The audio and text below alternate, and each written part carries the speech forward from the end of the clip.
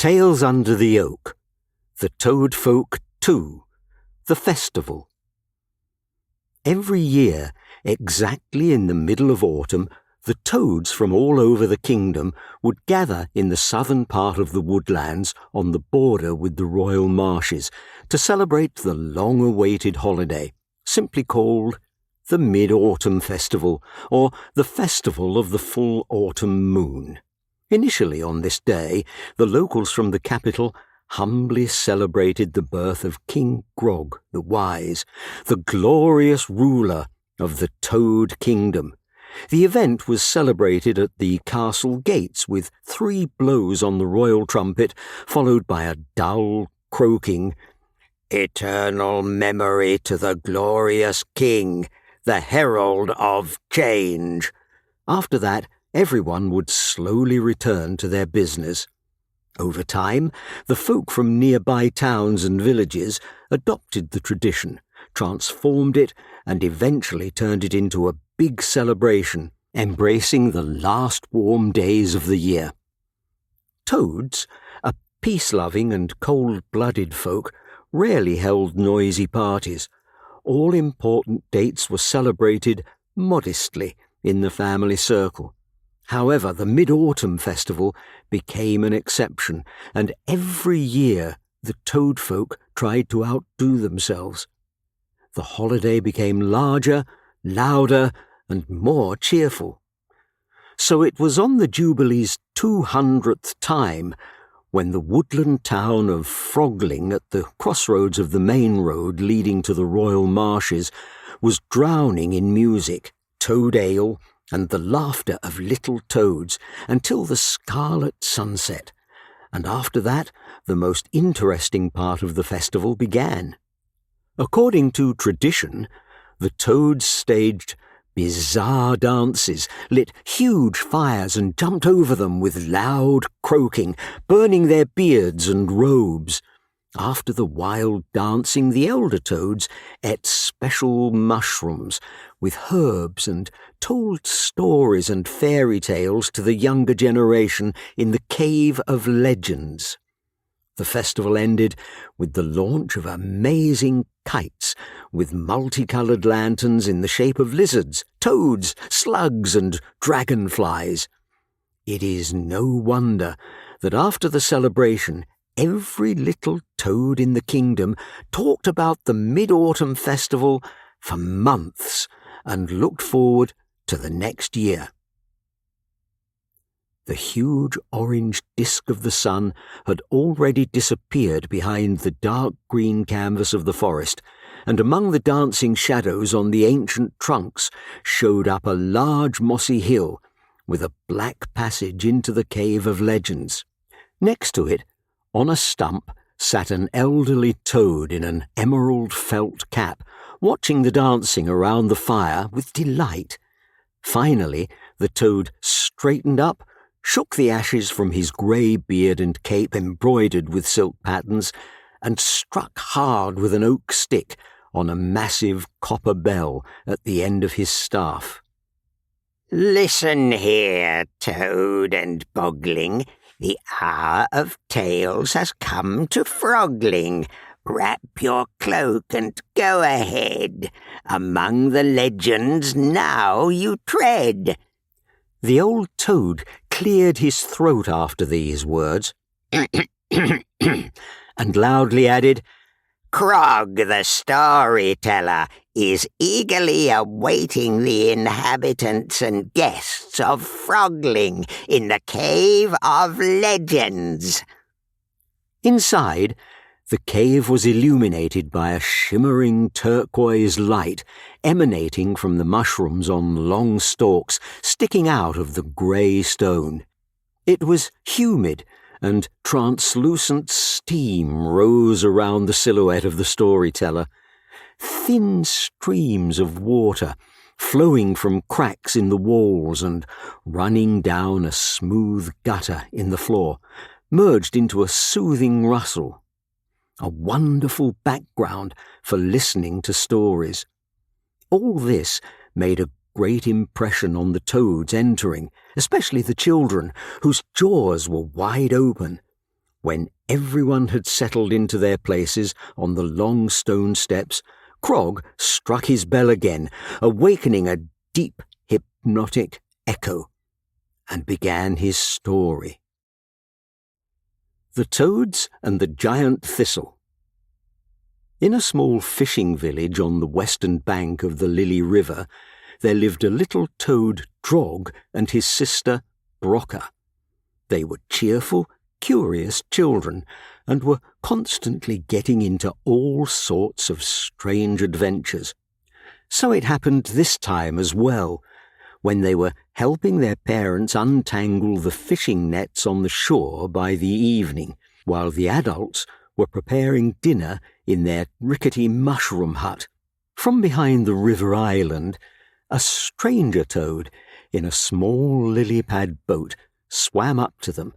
He was wearing a torn dark blue cloak with a hood thrown over the head. The children were unable to see the toad's face, but they noticed its sly smile. "Greetings, little ones," the toad croaked. "I see that you are busy, but I also have a certain business here." The toad waved its paw, pointing to the junk in its lily pad. There was everything there: numerous jars with dried herbs and berries, rusty tools and arrows, a wet rope, stinking dead fish, and a bunch of bags of different sizes with unknown contents.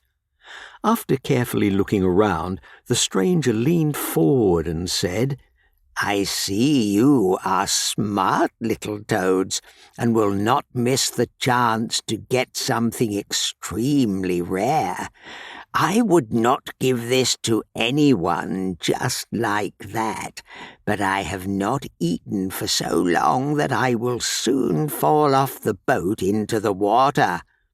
If you had taken pity on the old traveller and exchanged that box of fish for one valuable bag with rare seeds from the depths of the woodlands, you would not have regretted such a deal at all."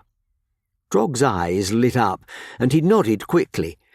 Brocker was wary at first, but quickly lost her vigilance after the subsequent scene with the toad's reluctance to exchange the valuable bag for a handful of some river fish. The stranger winced, sighed heavily, and finally offered, "You can take the bag if, in addition to the fish, you give me this strong fishing net, so that the old man could feed himself on the way." That was the agreement, and soon a heavy cloth bag with soil and seeds appeared in the paws of the little toads, and the mysterious toad was already quickly moving away along the river. When the figure in the cloak completely dissolved in the water, the brother and sister realized that they had not even asked what kind of seeds these were. They felt very stupid, lowered their heads and trudged home, dragging the bag behind them. Entering their mushroom house with a blue cap that had leaned over to one side, the children told their parents, who had already set the table for dinner, about what had happened.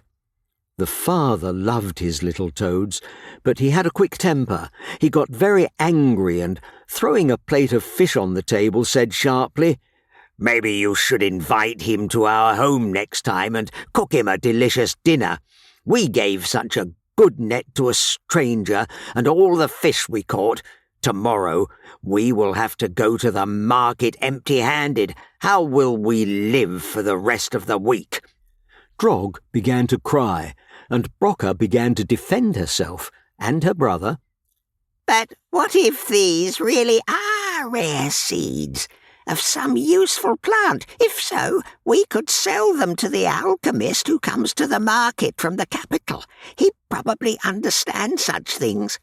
The father softened a little, and, tucking his paws into his checkered waistcoat, replied, "You have been deceived, children. I hope this will teach you not to trust the kind smile of eloquent toads next time." After these words, He sighed deeply and went up the spiral staircase to the bedroom. The mother, of course, understood that the children had made a big mistake, but she came up and hugged the brother and sister.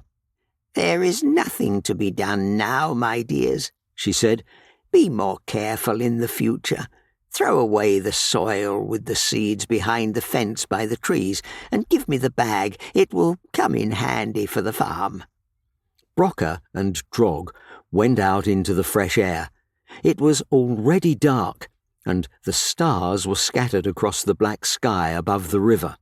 The children crossed the garden and crawled between the logs in the low fence. They decided to empty the contents of the bag a little further away, into a small peat hole next to an old willow. "Let's go home and quickly forget about today," said Brocker to her brother, and after taking one last breath of cold air to the chirping of crickets, the children went to bed. It had been raining all night, and the sky was covered with thick clouds. It was not yet light when the parents took the cart with salted fish from the previous week to the market early in the morning. The children were left to do the housework, and when Drog and Brocker woke up, they immediately began to sweep the dust from the kitchen and wash the wooden dishes after a light vegetable breakfast. Brocker carried the bucket of dirty water out into the garden and almost fell over in surprise. In the place where she and her brother had thrown the contents of the bag, a dozen huge stems with pointed leaves and barely opened inflorescences at the very top had grown. Brocker could not believe her eyes. She looked at the bright purple petals breaking through the green tops, and the water from the bucket slowly poured out onto her paws. "Drog!" she screamed, finally coming to her senses. "Drog, come here quickly!" The brother jumped out of the back door and stood rooted to the spot. "Am I still asleep, or are there really giant thistles in front of us?" he whispered. "We are not asleep, Drog," laughed Brocker. "The stranger did not deceive us.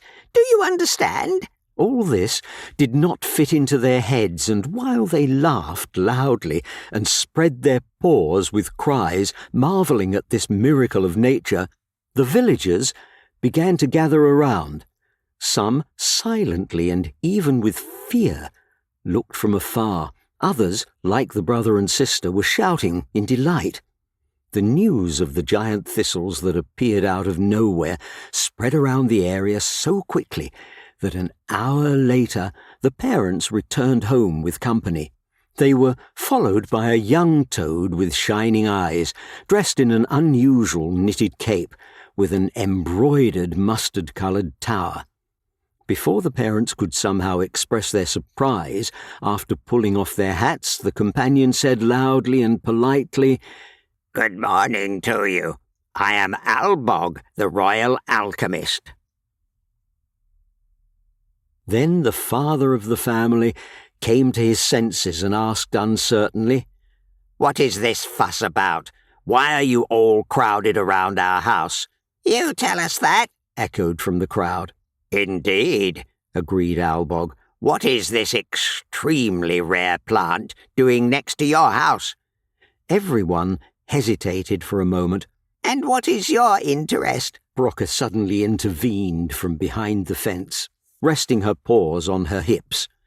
"My interest is purely scientific." Albog cleared his throat. "You see, firstly, the petals of the giant thistle are very valuable in my business, and secondly, I have no idea how it grew here, in such an accessible place." Albog thought for a moment, rubbed his chin and asked, "Could you lend me a couple of petals for my experiments? It's been a while since I've seen thistles among the deliveries to my laboratory." "We couldn't," interrupted Drog sharply. "But we could sell them. The price will be higher than the market price, though since one still has to climb up to the flowers, added Brocker, holding back a smile and exchanging a sly glance with her brother. And there are a lot of needles on the leaves. Smart kids, the alchemist burst out laughing and nodded towards their parents, who still didn't understand anything, but were smiling blissfully.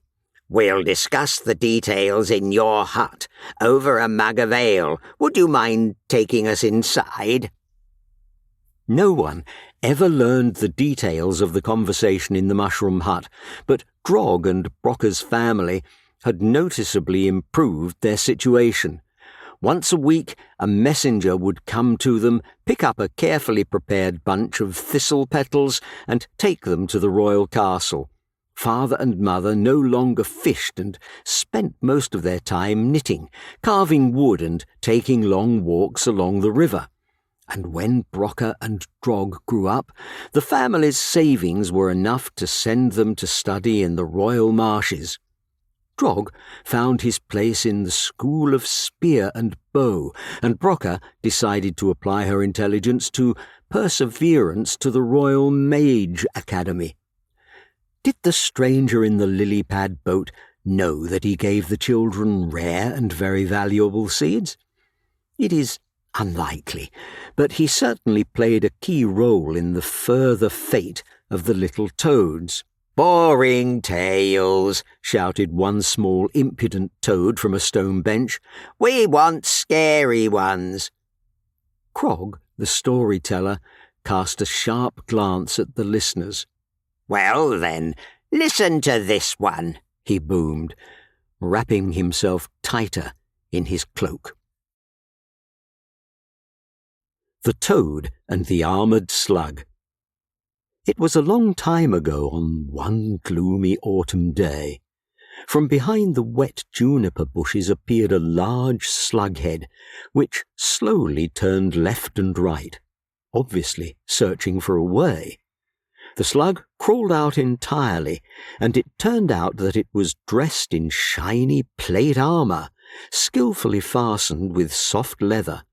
Each steel plate was engraved with an image of the royal castle.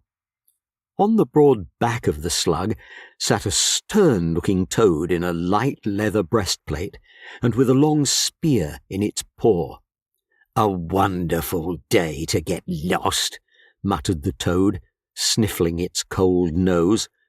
The guard toad had been on the road for a week now, carrying out an important mission from the royal marshes. However, crossing the woodlands from the north, the guard lost the main road towards the castle due to heavy rain and got lost. Even the slug's good sense of smell failed it, although these creatures from the stables of the royal castle perfectly knew the way to any large city in the Swamp Kingdom. The rain and gusts of wind greatly confused its sensitive nose. And so the guard on the slug gazed around the unfamiliar forest area under the rain that had already softened. Gnarled pine trees stuck out everywhere, clearly not getting enough sunlight. The soil was loose and hilly, covered with wet, dark green moss. There was nowhere to make a stop here. Suddenly, the toad noticed a dark path covered with lingonberry bushes behind the tall grass. The path led to the side behind the slope of the ravine. There was nowhere else to go, and he moved along it with the hope of crawling out onto the main road. The toad was following the path along a steep ravine for a long time, when it gradually disappeared into the thick grass. On the right was an inaccessible slope with angular roots sticking out of the ground, and on the left began dangerous forest swamps where no one lived. The dim sun, behind the grey canvas of clouds, was already sinking toward the horizon, and when the guard was about to turn the slug around and crawl back, he heard the soft buzzing of wings behind a bunch of young birches. A moment later, a large coal-black dragonfly smoothly flew up to him. They stared at each other for a while, and then the dragonfly flew forward, turning around a couple of times as if inviting him to follow it. Either the guard was too tired, or some force pushed him forward, so he obediently crawled on the slug after the dragonfly. It turned out that a little further, behind numerous islands of birches, a strip of dense old forest began. The dragonfly hung near a narrow passage between two trees with uneven bark, which intertwined at the top, forming a peculiar arch. The sight of this forest alarmed the toad. "I don't like this place," whispered the guard to his slug, which began to breathe noticeably faster and nervously toss under the toad. The dragonfly seemed to understand his words. It flew up to the guard and stared at him with its large azure netty eyes. The toad was enchanted and could not take its eyes off the dragonfly. The guard heard a pleasant, high voice. "Trust me, guard. I will lead you to the main road, and tonight you will sleep in your soft, warm bed." The approaching darkness and cold wind left no time for long reflections, and the guard lit a torch and followed the dragonfly into the blackening passage through the forest gates. The slug crawled slowly and with great effort between the sticking-out roots and low-growing spruce branches. After the dragonfly's words, the toad obediently followed, as if in a dream, into the depths of the dense forest. The crackling of the burning torch resonated and filled the space between the trunks huddled around the narrow passage, and it seemed as if the guard was in a crypt. At times, the toad seemed to hear quiet, unkind voices, as if the trees were whispering among themselves, discussing the uninvited guests. The dragonfly turned every now and then and flew up to the toad to make sure that it was still moving forward. The further the slug crawled along the passage, the more viscous the soil became. The trees completely covered the sky, and it became difficult to breathe. Large drops of rain could be heard hitting their ancient treetops. A sudden clap of thunder rolled across the woodlands and instantly awakened the guard toad from his magical sleep. The veil receded from its consciousness, and he saw in what a frightening situation he found himself. The dragonfly twitched between the trunks and muttered in a nasty, giggling voice something like, "Another drowner, and the forest will be pleased." The passage with solid ground was left somewhere behind, and the slug meanwhile began to sink into the swampy soil under the weight of its armour. Greatly frightened, the guard jumped off the slug and began to tear off the heavy steel plates from it, which fell with a loud slap into the swamp and sank. The guard shoved his spear under the slug's belly and used it as a lever, pushing the creature back to solid ground with great effort.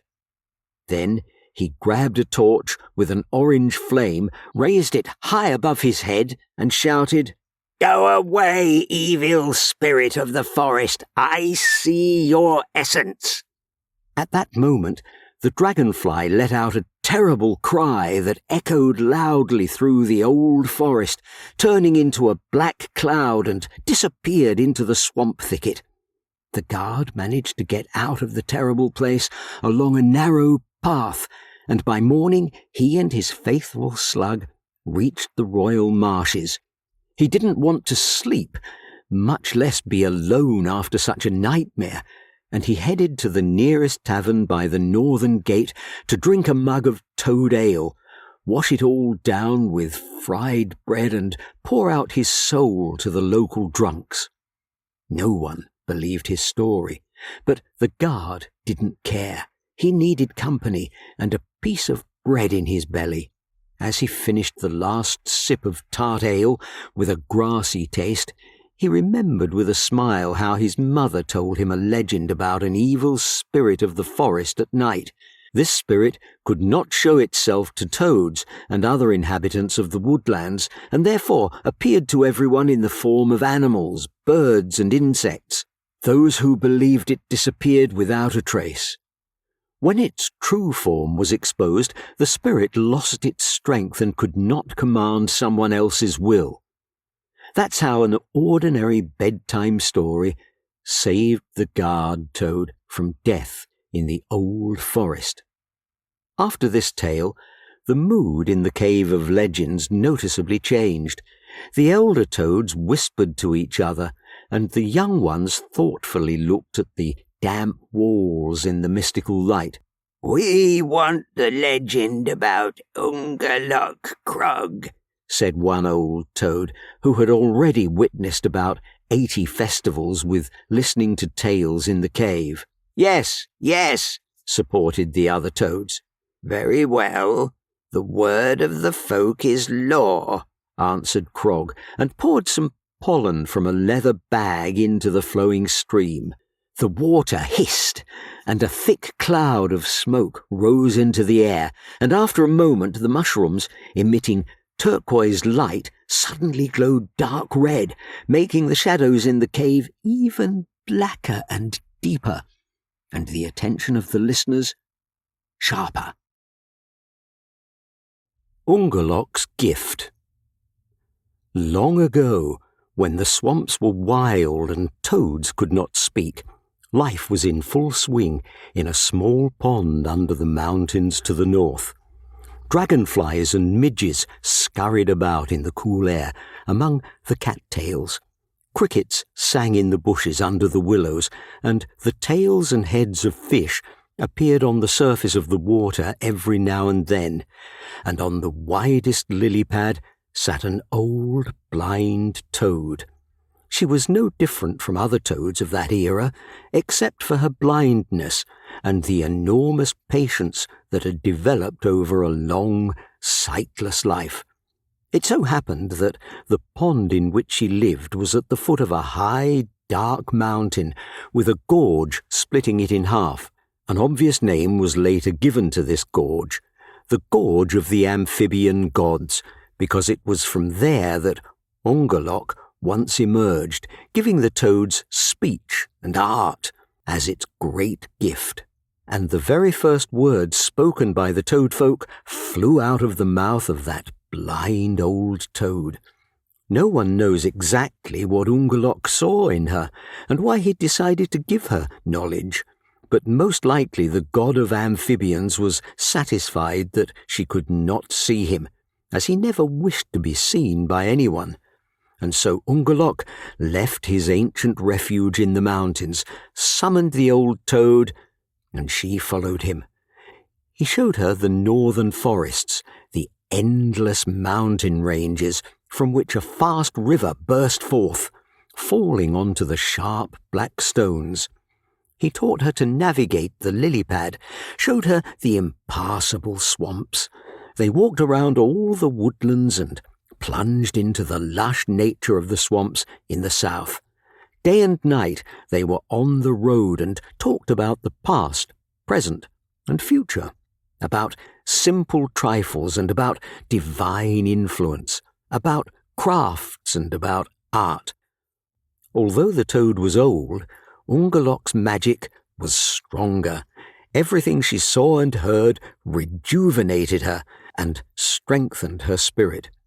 So, several years passed, and when the time came to part, Ungolokk said, "I taught you everything I could. Now go south and find an ancient oak that grows on the hills surrounded by swamps.